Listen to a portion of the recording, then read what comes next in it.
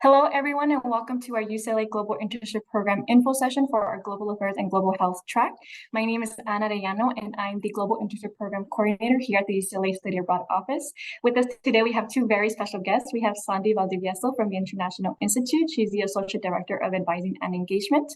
And then we also have Veronica Reyes, who is a summer 2023 returnee from Bogota, Colombia. So they have a lot of good information to be sharing with us today. So we're going to go ahead and get started. We have a 30-minute session. I want to make sure we're able to cover as much as possible. So very briefly, our agenda today looks like we'll be going over why you should potentially be interested in interning abroad, the benefits of interning abroad. We'll be going over the program as well as the locations that are offered for our global affairs and global health tracks. We'll be reviewing the application, selection, and placement process along with program funding options. We'll briefly discuss the upcoming info sessions. This is the Global Affairs and Global Health track. We will be also having location-based info sessions. Finally, we'll conclude with a returning panel with Veronica, as well as a Q&A session. So why would you possibly be interested in interning abroad? What benefits would the UCLA Global Internship Program bring to you? So we do have 5 reasons that you may be potentially interested in doing so. The first and foremost is that you do gain a competitive advantage in the job market. When you are including international education in your resume, in your cover letter, employers do see that there are transferable skills from your internship that you have gained. So this already gives you an advantage possibly with other students who do not have that international education. So it does put you at that competitive edge. Number 2, it does increase your industrial knowledge. If you are interested in nursing, for example, if you're interested in public health and sustainability, gaining these internships give you hands-on experience. So it's a really good way to just increase your knowledge in the career sector that you're interested in, perhaps discover new ones that were in that sector that possibly we were not aware of. Number 3, there are, like I mentioned, number 1, there are transferable skills that we do hope a student does earn on the UCLA Global Internship Program, specifically is strengthening your communication, your team building, your adaptability skills.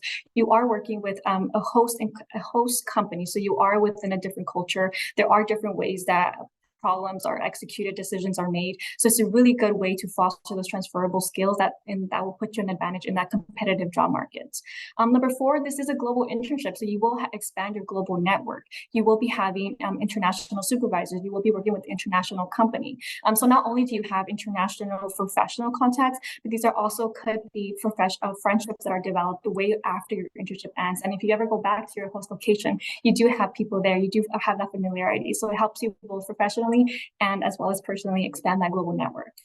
Finally, the UCLA Global Internship Program, it does help you make academic progress. All our coursework guarantees you credit. These are UCLA courses, so you're no need to worry about not making progress or degree. Your internship is helping you pursue that UCLA academic degree. So just very brief overview of the Global Internship Program and what to expect. This is a summer-only program for a total of 10 weeks. You will be conducting your internships for 8 weeks total. In order to receive credit for that internship program, you would be enrolling in an online course concurrently while you're internship. So you will be interning for 8 weeks, and you will be conducting completing the online course for a total of 10 weeks. And this will follow summer session 8, and this would occur from mid-June to mid-August. The coursework, you are required to enroll in one mandatory 4-unit course. This is the internship course. However, for students who are interested in financial aid or just learning a little bit more about intercultural communication, we do have an additional course, and I'll speak a little bit more about that further. That can give you an additional 4 units for a total of 8 units. So we have a 4-unit program and we have an 8-unit program. These internships are academic, they are unpaid, and we do offer in-country as well as virtual options. For our students interested in interning in country, you are expected to intern for a total of 32 hours per week. And for those interested in conducting a virtual internship, you're expected to intern anywhere from 20 to 30 hours per week. So the eligibility criteria for the Global Affairs and Global Health track. All UCLA majors and minors are welcome to participate. You do not need to be part of the International Institute, although our programs are geared towards those majors and minors within the International Institute. But once again, open to all UCLA majors and minors. However, you must have a 3.0 minimum cumulative UC GPA. As well as 90 units, a total of 90 units by spring 2024. This does include AP or transfer units. So as long as you have those 90 before the program starts, you are good to go. And finally, you are required to have good academic standing as defined by your college or school. This is generally having a 2.0 GPA per term, but you want to make sure that you are in good academic standing from the time of application up until you depart. So for the UCLA coursework on the Global Affairs and Global Health track, all students participating on the Global Internship Program would be enrolling in International Area Studies 185 CE. This will earn you 4 units. And this is the internship course that you will be taking for a total of 10 weeks online, and this is mandatory. So for our students in the International Institute, the majors and minors, you can petition to the program check to satisfy for this course to satisfy an elective. And then additionally, we have the CSC 130 course, which is the Intercultural Communication in the Global Workplace. This course is really meant to complement your internship. You're in a new environment within a different culture, different employers, the way they communicate, the way they execute their work is a little bit differently. So it really complements the internship location. So for the CSC 130 course, it earns an additional 4 units. The Global Studies majors and minors, this course will satisfy the Cultural and Society Upper Division pillar. Our International and Area Studies majors, this will satisfy the International Societies and Cultures category. Our International Development Studies majors, the CSC 130 course could be applied towards your regional or disciplinary elective. However, this is by petition only. And for our Global Health minors, the CSC 130 does not satisfy any electives. Sandy, very quickly, would you be able to just briefly give us an overview what that petition process would look like in order to satisfy the respective elective requirements? Sure. So for Global Studies majors, minors, International and Area Studies, and IDS, for the 3 majors and Global Studies minor, you will enroll in the class in 195 CE, and we're talking about the 130 or the 195 CE? The petition process differs for both, what they need to do. So what we are going to approve is the final paper that you write for these classes. So it doesn't, unless you're counting it for the Global Studies capstone requirement, for the most part, we are going to review the topic of the paper, the final paper you'll be writing for these classes. So the TA of the class will ask you to come up with a topic. Halfway into the class, those topics will be reviewed by our committee and our program or department. And if we approve that, we pre-approve that topic. Once you complete the class and you write the paper on that particular topic, you will have to submit the final paper just to verify you wrote the paper on the topic that was pre-approved, and we will then apply that towards your major requirement. And so, for example, for Global Studies, if you are going to petition for culture and society, the paper should be on a topic that's related for culture and society. So if you need more instruction or guidance on how to determine the topic for your paper, we can discuss that with me, with Les, or with your TA. And the petition, the final petition, is on our website. Each of your majors should have a link to petition for committee review. Thank you, Sandy. And like Sandy mentioned, if you have any questions, comments, or concerns, feel free to connect with either Sandy, International Institute, and the respective advisor, or myself as well. Happy to address any questions you may have regarding the coursework itself. I just want to quickly reiterate the International Area Studies 195 CE course is mandatory. The CSA 130 course, it is optional. However, it is mandatory for those students interested in applying the UCLA financial aid towards a global internship program. And I'll touch base on that a little bit in a couple of slides, but just want to quickly mention that. So the locations and programs that we do offer for Global Affairs track include Bali, include Bogota, Buenos Aires, Cape Town, Prague, Singapore, and virtual. Within all these locations, we have specific career sectors. All the ones listed on screen, I want to make note that do not apply to each individual location. Each individual program page indicates what career sector is available within that location. But just to give you a good sense, right now for Global Affairs, the career sectors that we have include advocacy groups, human rights, social justice. We have education, global health, law, NGOs and nonprofits, social work, as well as work and sustainability. You'll notice that Bogota and Buenos Aires have an asterisk. They just require some basic level of Spanish skills. However, if you do not have intermediate levels of Spanish, for example, or any kind of basic level of Spanish skills, I do not want to discourage you to apply. In fact, I would actually encourage you to apply. We make this note because some placements require that, however, not all. So for example, if your Spanish skills are still not there, you're very interested in Bogota, Buenos Aires, still apply. And based on your advising call, we can go ahead and touch base whether that program is a good match for you or whether we recommend a different location. So within Global Health, we have locations in La Paz, Bolivia, and Oaxaca, Mexico. The Global Health Program offers students the opportunity to participate in clinical or hospital rotations. So you will be shadowing specific physicians, community centers. Any kind of rotations include child health, indigenous health, maternal reproductive health, as well as primary health care, public health. So it's a really good opportunity if you're interested in kind of public health sector, the nursing students, if you want to get a little bit more hands-on in that public health field.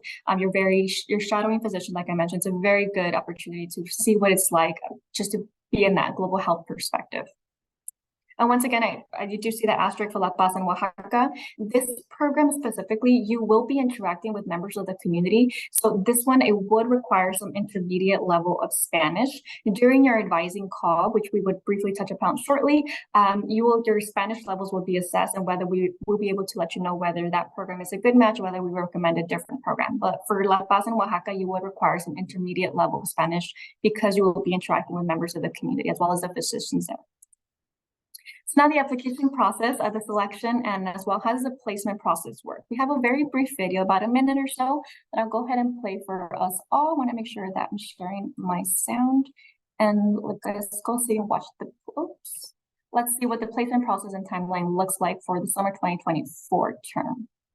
I want to make sure. Give me one quick second, everybody. I'm going to go ahead and stop sharing so I can do this slideshow. Okay. Perfect. So we're going to go ahead and put the placement process in video. Hopefully it works. I'm sorry, I'm not very tech savvy. There we go. The UCLA Global Internship Program. Placement process and timeline. The Global Internship Program offers UCLA students the opportunity to gain a competitive edge in the job market with an 8-week international summer internship. Students receive direct UCLA credit and secure an internship based on their academic, professional, and personal goals. After an application is submitted, the student will interview with our program partners in the host country to assess their qualifications, experience, goals, and discuss possible internship placements.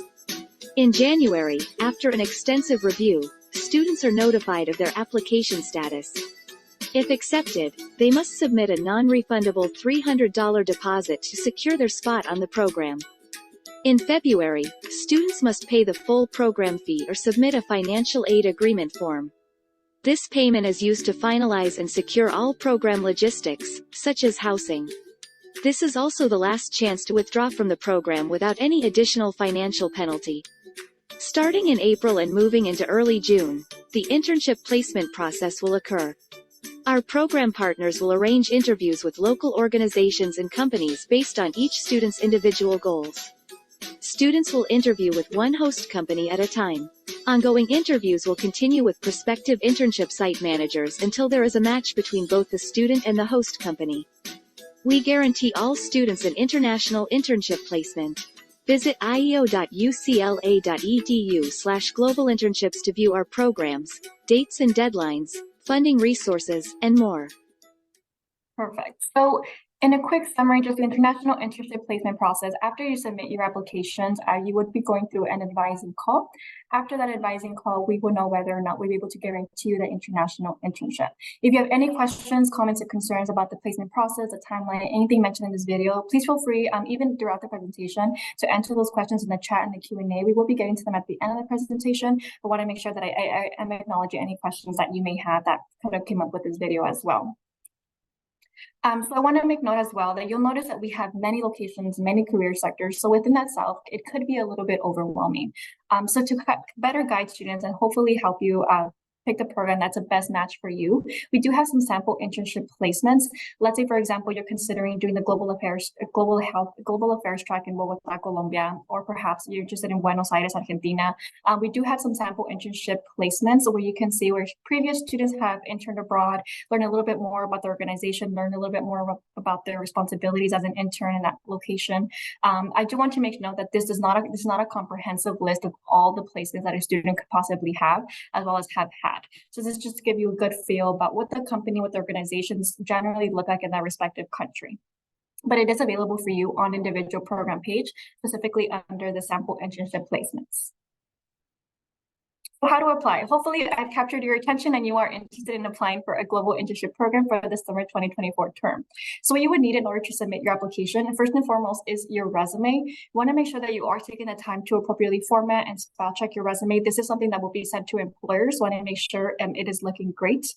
We also have a statement of purpose. We want to know more about yourself, more about why you are interested in interning, where you are applying to, more about your career goals. How will this global internship help your career goals as well as personal academic professional goals, and finally, why should you be selected? I do want to make a quick note that the statement of purpose does have a character limit with spaces, so you want just very brief answers, share a little bit more about yourself and why we should be selecting you for the Global Internship Program. So apply applications are now open as of today. Applications did open today at midnight. If you are interested in applying, you have until November 27th. And to do so, you would visit ieo.ucla.edu/global internships. This is a short application window to just make sure you are submitting your application as soon as possible. This is not a first come, first serve. However, we do encourage students to apply. The sooner, the better. Like I mentioned, there is an advising call that needs to be done after you submit your application. If you wait closer to the November 27th deadline, for example, there is a chance that your advising call can interact or can conflict with your final schedule, with your finals at UCLA. So in order to avoid having their advising call during finals, we encourage you to submit your application sooner than later, just like I mentioned, to avoid that conflict. So program funding options for UCLA students who want to use their UCLA financial aid towards a program, and this is possible. I do want to make note that the financial aid package does consist of scholarship, grants, and loans. How much a student accepts in the aid determines how much they would pay out of pocket. And I also want to mention that aid during the summer tends to be more loan heavy. There are grants that are available during the academic year that are not available during the summer, which is what unfortunately makes the summer aid a little more loan heavy. So let's say, for example, your program cost is $12,000. You receive $6,000 in grants and $6,000 in loans. Let's say you do not want to accept the $6,000 in loans, then you would be responsible for paying that $6,000 out of pocket. So just to get a good sense of what that financial aid package would look like. In order to receive financial aid, you must submit the 2024 to 2025 FAFSA by that priority deadline. Additionally, when you are submitting your global internship application, you will be asked if you intend to use UCLA financial aid to cover the cost of the program. Make sure you are indicating yes if you do intend to use that financial aid, or no if not. This answer cannot be edited once you submit your application or once you select that respective response. If you indicate yes, that will prompt you additional documents to submit in order to insert that financial aid. If you indicate no, then it will let you proceed with your application, and unfortunately, we cannot go back to retrieve those documents. So just make sure you're keeping a careful eye on the application. Just another brief reminder that if you are intending to use the UCLA financial aid, you must be enrolled in the 2 courses. This is the 195 CE course as well as the CSE 130 course, and that's in order to qualify you as a full-time enrolled student for that UCLA financial aid. There are scholarships that are available and they would strongly encourage students to apply to. A lot of the times scholarships are under applied to. So I'm not saying if you apply, this guarantees you a scholarship, but there's a very good chance that perhaps that could increase your chances of being a recipient. Our office specifically offers the IEO Global Internship Scholarship that can earn students up to $3,000.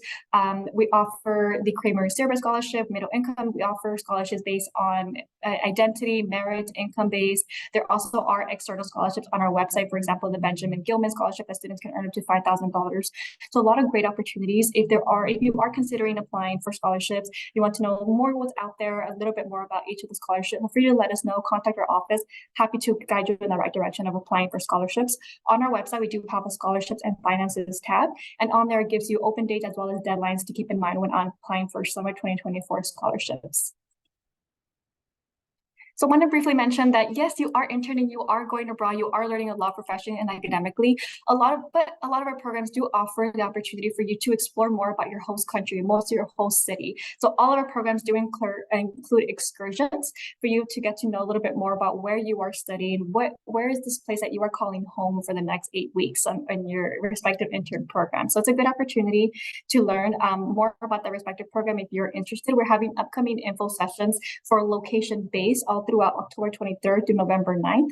So if you are interested, for example, in Bogota, if you're interested in Argentina, if you're interested in Prague, in the Czech Republic, check out those info sessions, learn a little bit more about what life is like there, as well as Veronica will be touching a little bit base about what Bogota, Colombia was like for summer 2024 term. So just some very brief testimonials about our students. I'll go ahead and read Alejandro's testimonial. So Alejandro had a renewed understanding of the specific values and skills required for line of work related to human rights and community development. So Alejandro's internship taught him to be focused on a capacity building and growth mindset, which is something that Alejandro wouldn't have embraced in the past and in this previous internship and schoolwork. So very good opportunity. Alejandro studied abroad in Bogota, Colombia. And actually, we do have Veronica with us today, but I want to very briefly mention before, we do have our student ambassador page. If you want to connect with Veronica at a later time, you want to connect with Alejandro or any other returnees, whether it be by academic track with the global affairs, global health, or by location, we do have a GIP student ambassador page, so you're able to connect with our students and learn a little bit more about the perspective. So with that said, I know we have a couple more minutes, and I'll go ahead and start with our student returning panel with Veronica. Veronica, thank you again for joining us today. I know you're currently in Washington, so there is a time difference. But very briefly, if you can just introduce yourself a little bit more about the company that you intern, as well as the responsibilities that you had at Casa de la Mujer this past summer. Sure. Well, nice to meet you, everyone. My name is Veronica. I'm a global studies and economics major, and my internship location was at Bogota, Colombia, with a company called Casa de la Mujer, and they are a feminist NGO, and they offer psychosocial support to women affected by the internal conflicts in Colombia and deliver policy recommendations to the Colombian Congress. So a large part of my role in the company was engaging with the female leaders from regions across Colombia. And by taking those insights and my own international policy background, those informed my contributions and research to bill proposals and feminist foreign policy research. Thank you, Veronica. And right now you're currently at UCD, so you're conducting an internship in Washington. Could you briefly let us know perhaps the differences of having a global internship versus a domestic internship, and what you have noticed between, or I know you did them back to back, so summer and fall, so just any key differences? Sure. Well, let me first just say that it is definitely possible. I did have to go through the application process for the fall during my summer internship. So that was another thing I had to manage, but it is definitely possible. One of the biggest differences is obviously the cultural experience. I would say with the domestic internship, I didn't have to adjust to a currency exchange, language barrier, or adjusting to a different lifestyle. And while that does sound intimidating, I found it to be one of the larger benefits of the program, being able to adapt and really experience a new culture. Thank you, Veronica. And you're mentioning right now some transferable skills that we do hope students are able to gain on this program. Are there other transferable skills that you see that you gain from the global internship in Colombia that perhaps are influencing your internship now, or perhaps your personal and academic that you see that it helped in? For sure. Definitely research. A big part of my role was just conducting research to formulate these documents. So I was able to provide really evidence-based recommendations for legislative action, and just doing policy research over the summer, that's definitely helped my internship now in Washington. But aside from that, I would also say communication and adaptability. So let me just say that I had a low Spanish level coming into my internship, and as someone who is confident in my oral communication skills, it was definitely hard in another language. But I had to rely and improve on my other forms of communication, such as my written communication, body language, even taking clues from the cultural context. So I would say communication and adaptability was definitely something I developed. Good, thank you. And I'm pretty sure that's putting you at a competitive edge with all our other applicants that we have potentially in the job market. So that's really good to hear. Veronica, I got 2 more questions for you. Hopefully we're good on time. Could you tell us what your favorite part of participating in the Global Internship Program was? I would definitely say it's the new experiences and the lifelong friends I made along the way. So it was really nice that through our partner organization, there were students not only from UCLA or from other UCs, but they were students from other states and other countries. So I really got to make a global network and experience new things together with this new group of friends. So that was probably my favorite part, trying new foods, seeing new landscapes, and with new people. The new food, new landscapes is amazing. It really stays ingrained into you, and hopefully you're able to visit Colombia again relatively soon. Yeah. Veronica, one last question. What advice would you give your fellow peers, whether it be global studies majors or just anyone that's considering participating in a global internship program? I would say the biggest thing is to stay open-minded. Like I mentioned, I had a low level of Spanish coming in, and I had never lived in a developing country before, so this was definitely a challenge for me. But I'm a very adventurous person, so I think that quality really allowed me to be open to new foods and activities, and just new experiences. Yeah.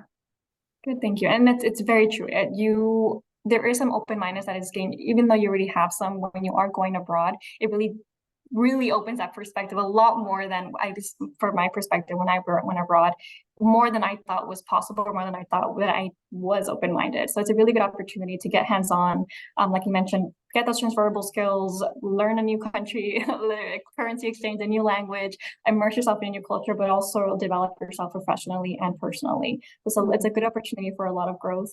Like I mentioned, everybody, if you are interested in learning more about Veronica's experience or just any other student participating in a different location by their academic track, we do have our GIP Student Ambassador page. Feel free to learn a little bit more about them, connect with them directly.